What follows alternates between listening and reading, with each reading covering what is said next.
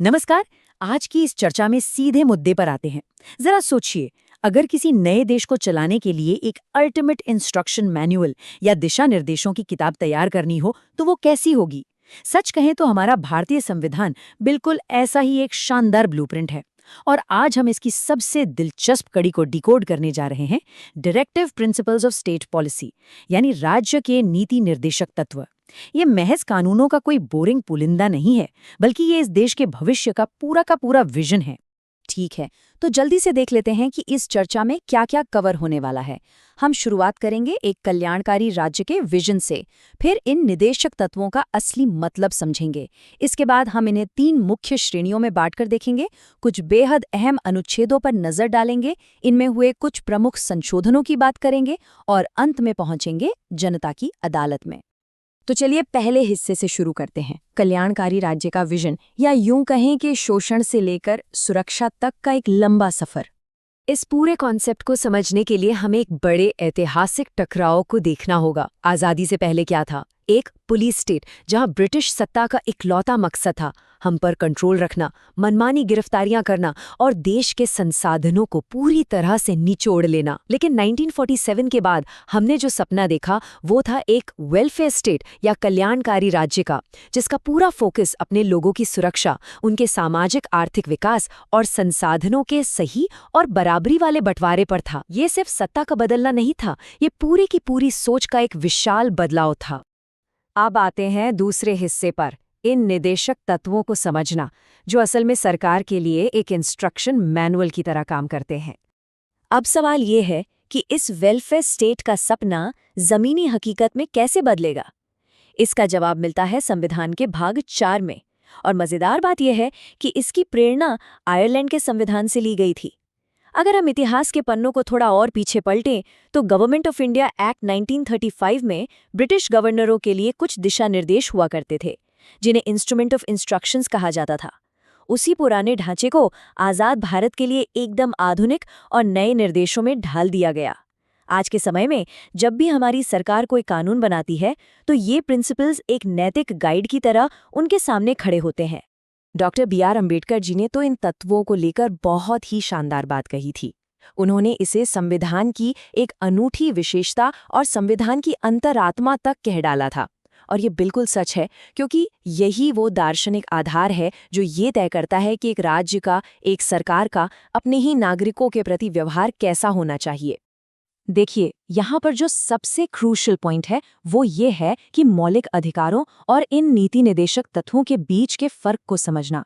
हमारे संवैधानिक सलाहकार सर B.N. राव की सिफारिशों पर ही ये अहम विभाजन किया गया था। फंडामेंटल राइट्स पूरी तरह से व्यक्तिगत होते हैं, न्यायालय द्वारा लागू करवाए जा सकते हैं और इनका काम है राजनीतिक लोकतंत्र स्थापित करना। लेकिन दूसरी तरफ हमारे डायरेक्टिव प्रिंसिपल्स पूरे समाज पर केंद्रित होते हैं। ये सरकार को सकारात्मक निर्देश देते हैं और सबसे बड़ी बात, ये देश में एक सामाजिक आर्थिक लोकतंत्र की नींव रखते हैं। यहाँ एक बहुत ही जरूरी लीगल शब्द आता है, नॉन जस्टिशिएबल, यानी गैर न्याय संगत। ये शब्द सुनने में थोड़ा भारी लग सकता है, लेकिन इसका सीधा सा मतलब ये है कि अगर सरकार इन नीति निर्देशक तत्वों को लागू करने में नाकाम रहती है तो कोई भी इसके खिलाफ सीधे अदालत का दरवाजा नहीं खटखटा सकता। तो तकनीकी रूप से यह कोई कानूनी बाध्यता नहीं है, बल्कि सरकार के लिए एक बहुत ही सख्त नैतिक सलाह है। आगे बढ़ते हैं तीसरे भाग की तरफ। इन निर्देशों को कैसे व्यवस्थित किया गया है, यानी DPSP की 3 मुख्य श्रेणियां। संविधान में अनुच्छेद 36 से लेकर 51 तक निर्देशों की एक लंबी लिस्ट है। इतने सारे अनुच्छेदों को याद रखने का सबसे बेहतरीन तरीका है रूल ऑफ 3 का इस्तेमाल करना। इन्हें 3 आसान हिस्सों में बांटा जा सकता है। पहला है सोशलिस्टिक, यानी समाजवादी, जिसका पूरा फोकस समानता और समाज कल्याण पर है। दूसरा है गांधीयन, जो ग्रामीण सशक्तिकरण और नैतिकता की बात करता है। और तीसरा है लिबरल इंटेलेक्चुअल या उदार बौद्धिक, जो देश में आधुनिकीकरण और एक वैज्ञानिक सोच को बढ़ावा देता है। चलिए अब चौथे हिस्से में चलते हैं और इन प्रमुख अनुच्छेदों को थोड़ा और गहराई से समझते हैं। संविधान के इस भाग में सबसे पहले समाजवादी सिद्धांत आते हैं। ये बिल्कुल साफ कर देते हैं कि एक राज्य की प्राथमिकताएं क्या होनी चाहिए, जैसे कि अनुच्छेद 38 और 39 जो असमानता को कम करने और देश के संसाधनों के उचित बंटवारे पर जोर देते हैं। इसके अलावा काम का अधिकार, काम करने की मानवीय परिस्थितियां, महिलाओं के लिए मैटरनिटी रिलीफ और यहाँ तक कि उद्योगों के मैनेजमेंट में मजदूरों की भागीदारी, ये सभी नीतियां इसी बात को सुनिश्चित करती हैं कि समाज के हर तबके को एक बेहतर और सम्मानजनक जीवन स्तर मिल सके। अब जरा इस पर गौर करें कि ये ढांचा आगे कैसे बढ़ता है। यहाँ आते हैं गांधीयन सिद्धांत। महात्मा गांधी का हमेशा से मानना था कि असली भारत तो गांव में ही बसता है। इसी सोच को अनुच्छेद 40 में ग्राम पंचायतों को मजबूत करने के रूप में शामिल किया गया।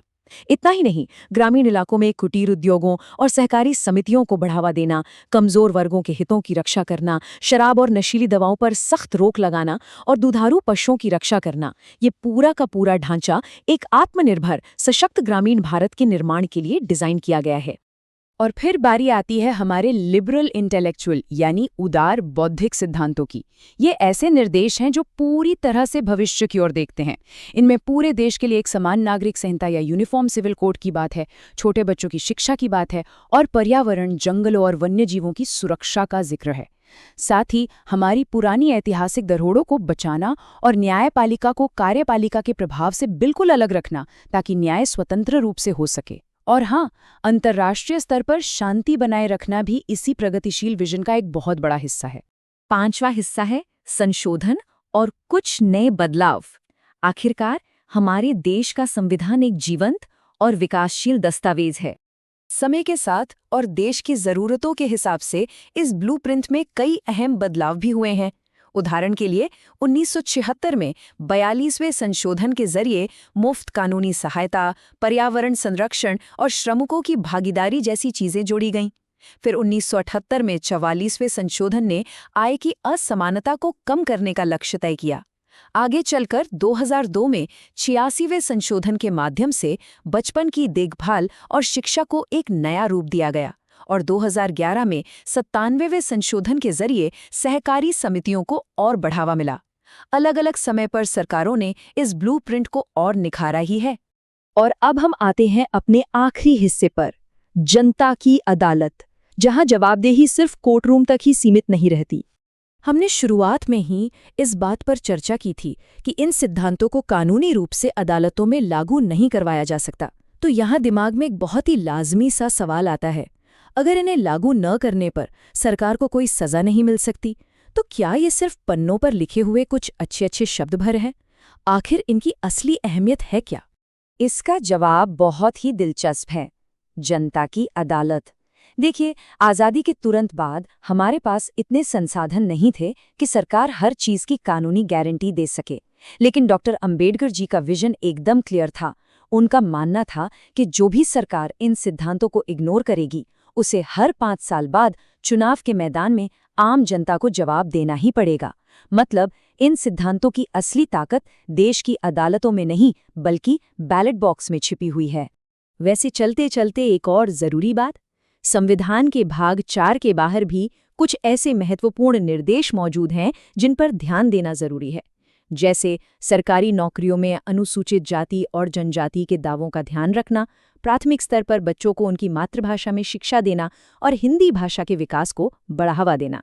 ये भी राज्य के लिए उतने ही अहम और जरूरी दिशा निर्देश हैं। तो अंत में एक विचार के साथ इस चर्चा को खत्म करते हैं। क्या ये नीति निदेशक तत्व महज कुछ नैतिकता की बातें हैं, या फिर ये किसी भी सरकार की असली सफलता नापने का सबसे प्रामाणिक और सटीक पैमाना है? अगली बार जब भी कोई नई सरकारी योजना या पॉलिसी सामने आए, तो जरा ये सोचिएगा कि वह संविधान के किस अनुच्छेद के सपने को पूरा कर रही है, क्योंकि सच में ये निर्देश ही हमारे कल्याणकारी राज्य की असली धड़कन है। आज के इस गहरे विश्लेषण में जुड़ने के लिए बहुत बहुत धन्यवाद।